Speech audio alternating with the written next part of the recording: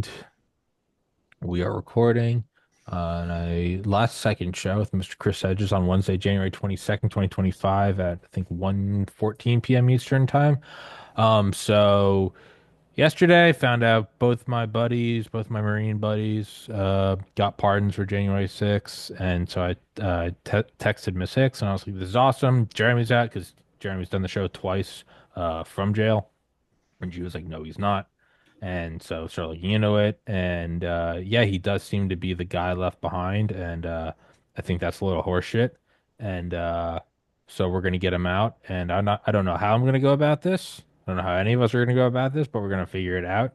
And so the next best step, or the first best step, I suppose, whoops, is That's to me. oh, that's you. Okay. Well, I got alarms for all my shows too, and I always forget them.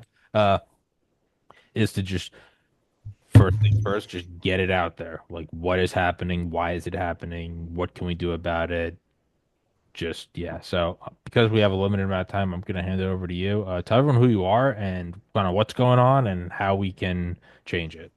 Okay, so I'm a lawyer who's worked with Jeremy since he was actually incarcerated in Pinellas County Jail.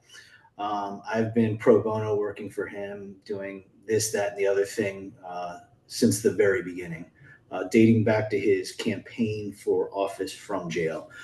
Uh, I probably know more about his case than most, just because of how long I've been there, done that, etc. Basically, what happened yesterday was President Trump issued a pardon and dismissals of prosecutions for essentially all the January 6 defendants. And if you looked at the pardon that's on the official White House webpage, if you go to subsection or to section B, I think it's paragraph 3, it basically dismisses all cases that have been, led to indictments and have yet to be prosecuted or, yet to have a conviction. That's where Jeremy's DC misdemeanor trial came in at. His DC misdemeanor trial has been dismissed with prejudice by the government. You can see that on the official docket. So he doesn't have another future case. The problem is Jeremy is a unique or a relatively unique January 6th defendant because he's actually got two cases that came out of the same facts and circumstances as January 6th. What most people sit there and don't understand, or is not properly communicated by some of us, is that there was a conviction, or there was a case in Tampa that took place as a result of a facially deficient, unconstitutional search warrant that was executed at his property.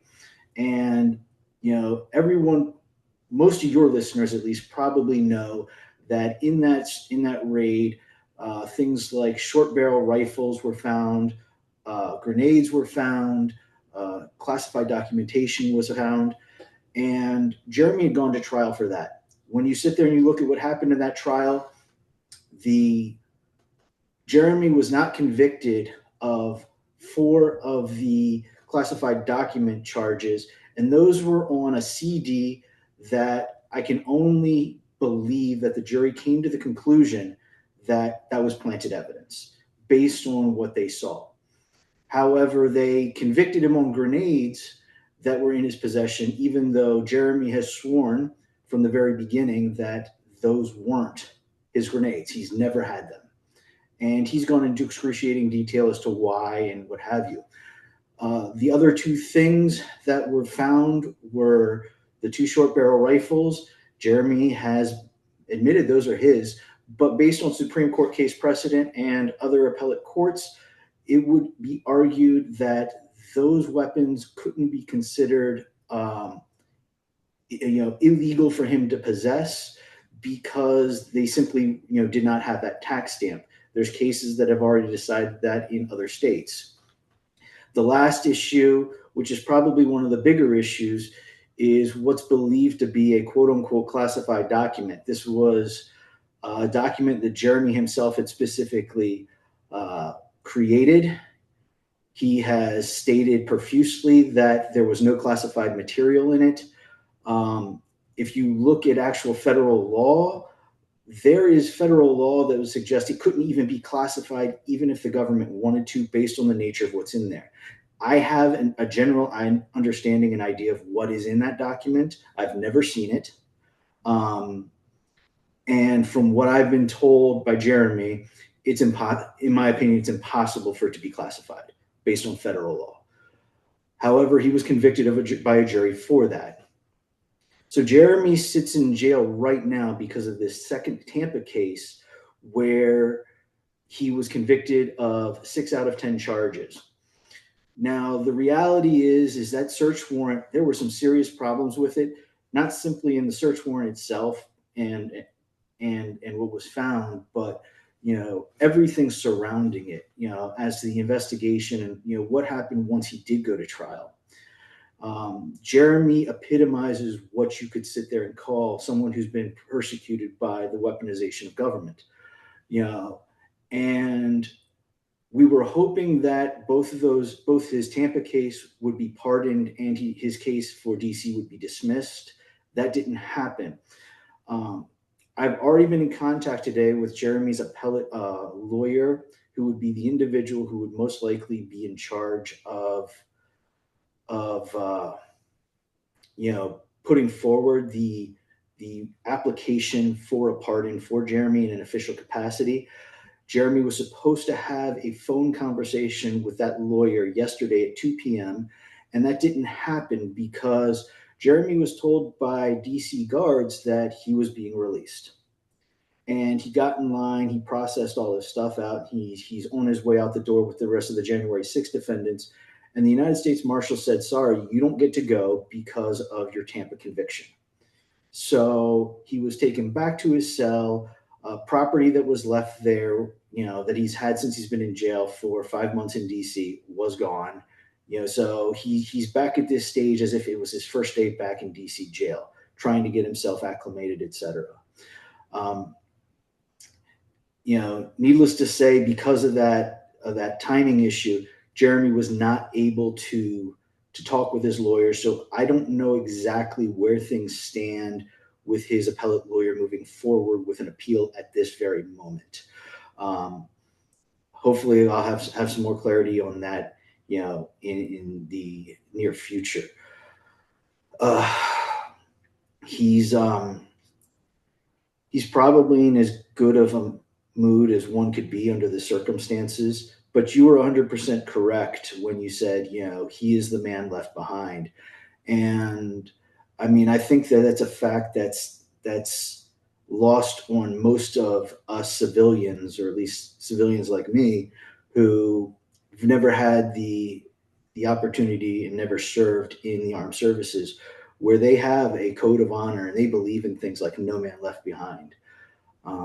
And when you know Jeremy's history, you know what he's done, you know that he didn't actually commit any act of violence on January 6th. The fact that he was actually recorded by, White House, cameras, rendering aid to a protester who was in, serious harm as a result of being unable to even get out of the way of law enforcement.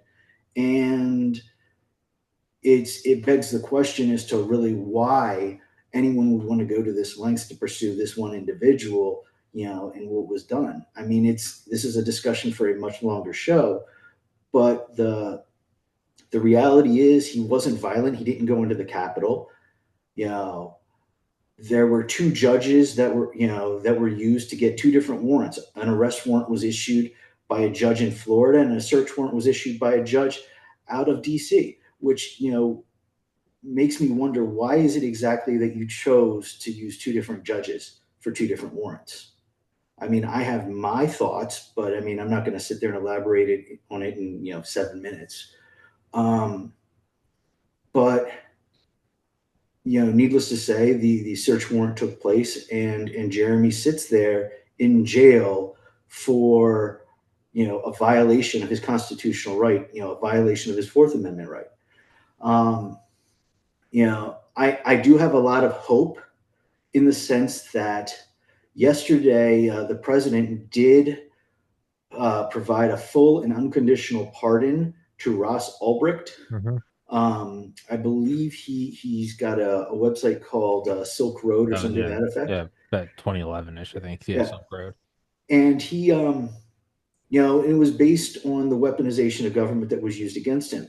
I think if you sit there and you look at the facts of Jeremy's case, and if the Department of Justice actually does a true investigation into what took place, and what have you, I think that you would see that there was weaponization against Jeremy that resulted in what took place. And I'm optimistic and hopeful that when an official pardon is submitted, Jeremy will have it granted. He will be released.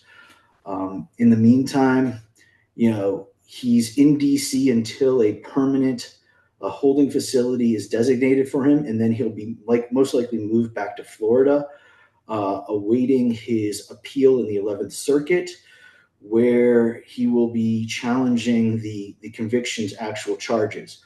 That should be taking place sometime in March. That's kind of where things stand. If you were asking what can people do, Hmm. I mean, there's three things that people can do right now. I'll say four. First, if they have the means, and I know we're all kind of penny pinch at the moment, they could go to jeremybrown.defense.com, jeremybrown.defense.com, and they could sit there and support him financially because his fight is long, not even close to over. Another thing that they could do is they could go to magamouse.com/postcards. Magamouse.com/postcards.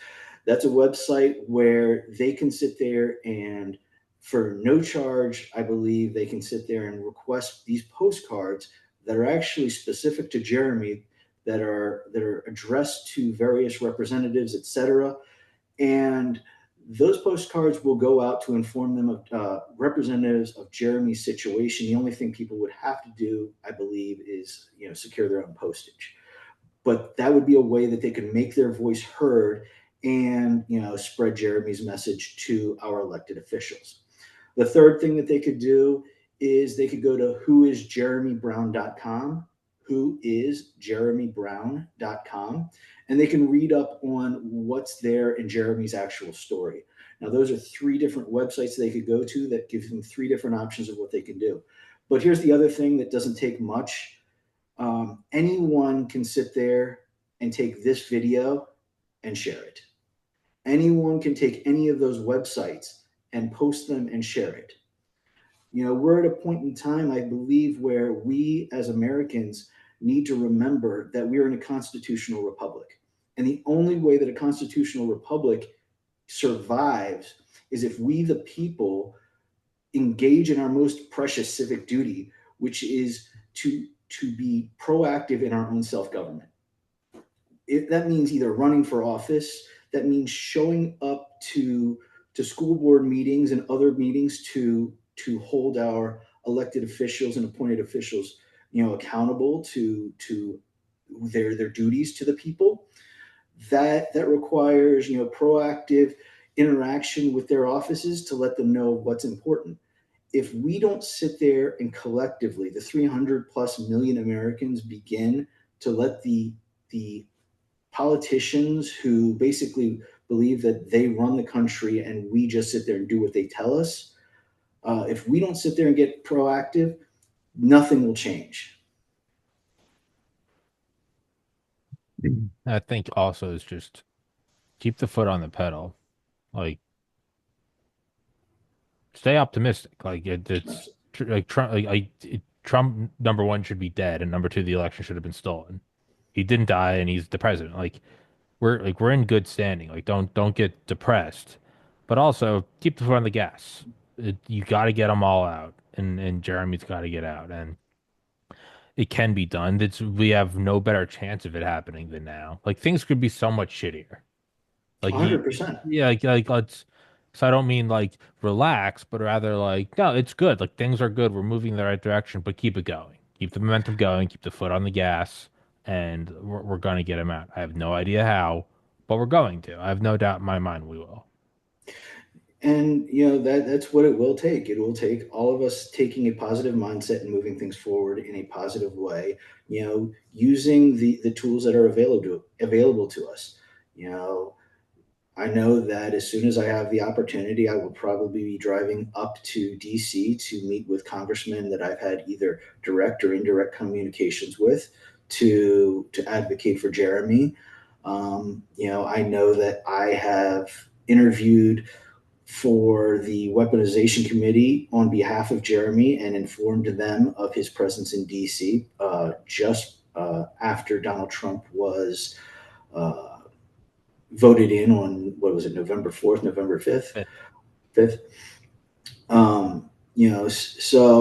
Now it's just a question of making sure that he doesn't get lost in the cracks and trying to sit there and, you know, use all official, unofficial channels humanly possible to move this forward until he is free. Yeah, and we will, and we'll keep doing these episodes. If I'm nothing, I am consistent, and I annoyingly so can hammer away at a project eternally. And I'll the Jeremy Brown interviews will continue until morale improves. I'll fucking do these every week. People will rally to get him out just so I'll fucking stop talking about it. Like I will do this. I will ruin people's daily programming. Tommy, where's the podcast? Shut up. We're doing Jeremy Brown part 900. I will do this. I will drive people mad. Yeah, no, it's gonna work, and yeah, I have no doubt in my mind it's gonna work. I have no idea how, but I have no idea. I have no doubt that it will work, and. Well, like you said about the president, but for God's grace, he wouldn't be here right now. Yeah. It's Like, you really can't sit there and say, "Hey, I know how I'm going to do this. I am," yeah, this is on God's timeline, yeah, and yeah, it'll happen when it's supposed to. yeah. Faith in God, keep moving. What is it? God will direct the boat, but you got to row. We're gonna get it Amen. done. I have no idea how, but we're gonna get it done. And yeah, failure's not an option, so we are gonna do it. But like I told you, dude, I gotta run. Yep, Thank you so much. Could you text me the links you said, and I'll just copy and paste them and put them in the description? absolutely. And feel free to reach out at any point in time you'd like. Absolutely. I'll be happy to sit there and come on as Absolutely. much. I have no problem to be that annoying nail, Let's that do it. annoying squeaky wheel too. I will literally get voice modulators so we have more annoying voices, like Alvin and Beautiful. the Chipmunks. I will make this so annoying that people will be like, "What do I need to do to get Jeremy out?" If I hear one more episode of Tommy talking about it, I'll get a Jeremy puppet during my shows and talk through him. I will fucking break people. All right, dude. Thank you so much for your time. Thank you for what you're doing. Send me those links. I'll put them in the description. And guys, yep, please share it. Please just keep it in the public consciousness. We got to get him out, otherwise it's not total victory, and that's what we're gonna do. So, dude, thank you so much for what you're doing, and thank you for your time. Thank you for yours. I Thank you appreciate so you. much, our brother.